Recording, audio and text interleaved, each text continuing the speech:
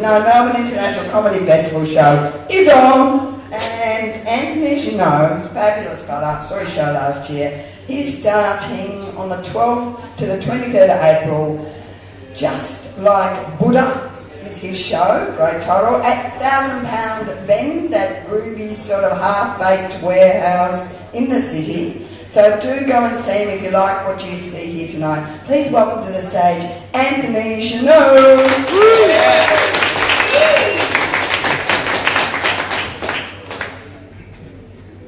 So this is the third festival show I'm going to be doing, and usually by this point in my run, like what I would do is I'd come up here and do really great material and wow you so that I could stand at the end and be like, hey, come to my show. But tonight I'm not going to be doing that because I haven't written my show. So, so whatever happens tonight may or may not be part of it.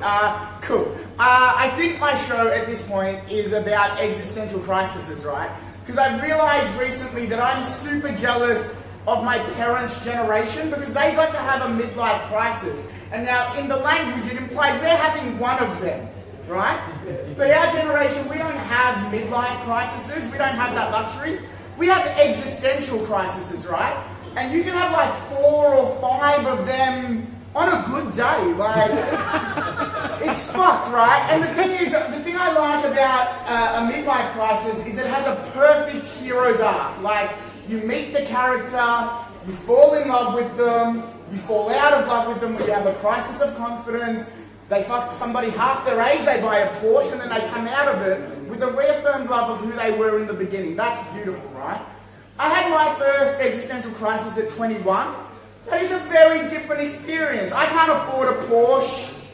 They won't let you fuck somebody half your age. I mean, you wouldn't want to if they did, but it's beyond the point. I think because I've been thinking about this a lot, I think the reason I've been thinking about it a lot is because of my job. I'm a lot less unemployed than you would have otherwise thought. I work in advertising, right? And a lot of people, when they hear that, they make the classic Bill Hicks joke at my face, which is, working in advertising is like sucking the devil's dick.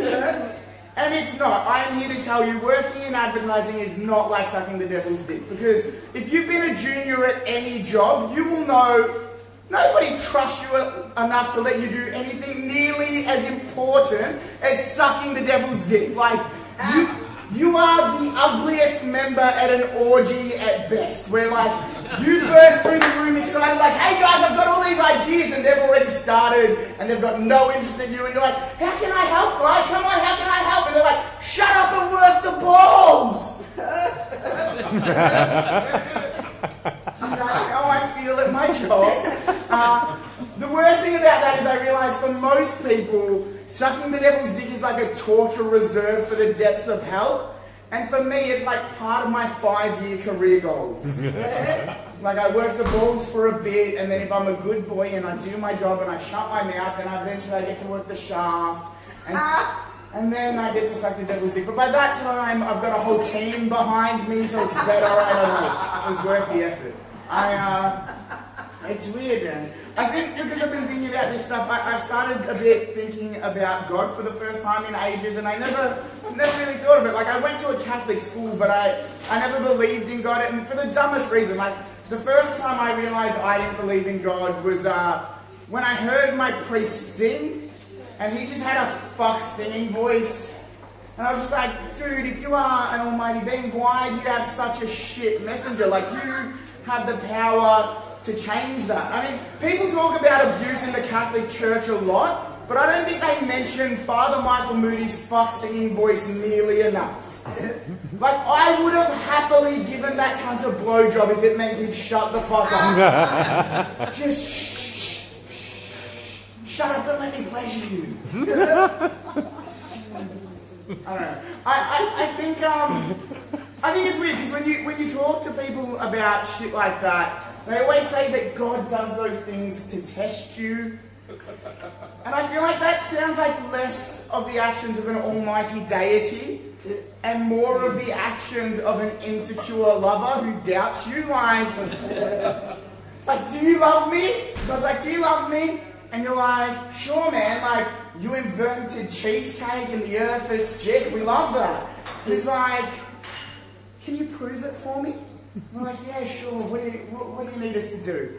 He's like, go to church. We're like, what's church? It's like, well, what you do is you build massive fuck-off monuments out of stone, and then you go there. All right, what do we do when we go there?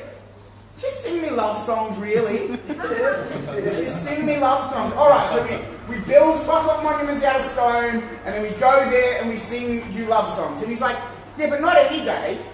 Well, when? Sunday morning, we're going to be hungover. I know, and your family will judge you for it. Like, I don't know. I feel like it's weird. And that's not even enough. Then he's got rules. Like, he's got all these rules. It's like, you know, don't call me names. Don't steal shit, don't murder. But like, I feel like if I ever had a conversation with him, I'd be like, hey, mate, do you know what? We don't actually like people who do murders all that much anyway. How about you just stop making them and we'll call it even, right? But the problem is, he'd be in his right mind to be like, what? You don't like doing murders? Statistically, that is what I spend most of my time doing. Like, there are 7 billion people on my hit list at the moment. Like, I mean, I'm going to get the African children first statistically, but eventually I'll get round to everyone. Anyway, can't continue this conversation. I've got to bring back Ebola because AIDS and famine isn't doing it quick enough. It's not me, mate. I don't control AIDS or famine or Ebola. None of them. I've been trying to get into wellness stuff to try and like just get a bit more control of what's going on up here. I went to the Tibetan Buddhist Society recently to try and get into some meditation, and the dudes watched me meditate, right? And then at the end of it, he said, Anthony, I just want to let you know that first things first, your breathing is all wrong.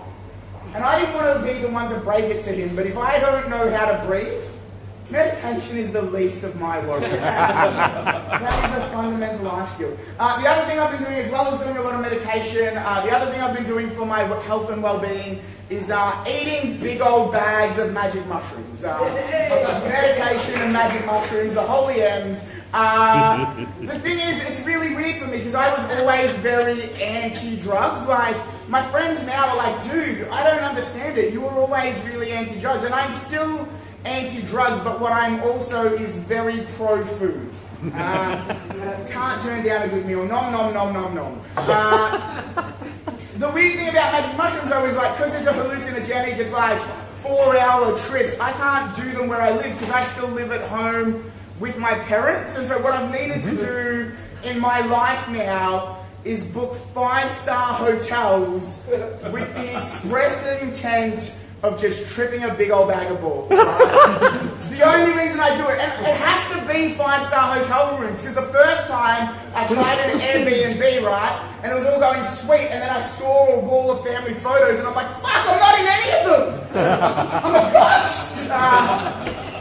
So 5-star hotel rooms, it has to be, right? And I realised when I was touring a couple of years ago that if you're only staying in a hotel room for one night and you wear a suit, they will upgrade you because the cheap hotel rooms book out first, so they want to upgrade people. And if you're only there for a night and you look like you're not going to piss people off, they go, hey, free upgrade, right? So the first night I went, they were like, hello, I was trying to check in, they're like, hello sir, first time I've ever been called sir. And they're like, we just want to let you know that you've been upgraded and today you'll be staying on the second highest floor of our hotel room.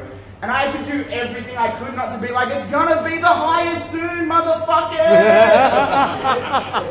I didn't, I got through. And the weird thing about me is I never liked mushrooms as a food until I took the hallucinogenics. Like, my Venn diagram goes, magic, fucked, mushrooms, fucked, together, sick. Like, it's a weird Venn diagram to have. But nobody warned me that, like, when you take hallucinogenics, that it's 45 minutes to an hour to kick in. I'd never done a drug like that. So I sat down and I ate my big old bag of magic mushrooms, and about 45 minutes in, I was like, this is fucked. I have paid $500 to sit on a bed alone and eat a bag of disgusting shiitakes. No good. And then I decided I would leave the room, and it hit me, and it hit me real quick, right? So I ran back to the hotel room, and I strapped into bed. I'm like, okay, this is going to be sick. And I wanted to learn things, so I started diarising, right? I was writing down everything that happened as it happened. And I remember this was the thing that hit me the most. I was looking at a light, I was writing in my diary, and the light turned into a blue fairy. And the blue fairy came down to me, and it said, Anthony, you need to question what you're doing less. You need to stop spending less time asking, is this it? And more time enjoying it, because this is it. And in that moment, I had a realization. My spirit animal is a fucking blue fairy, and that is bullshit. Thanks guys, you can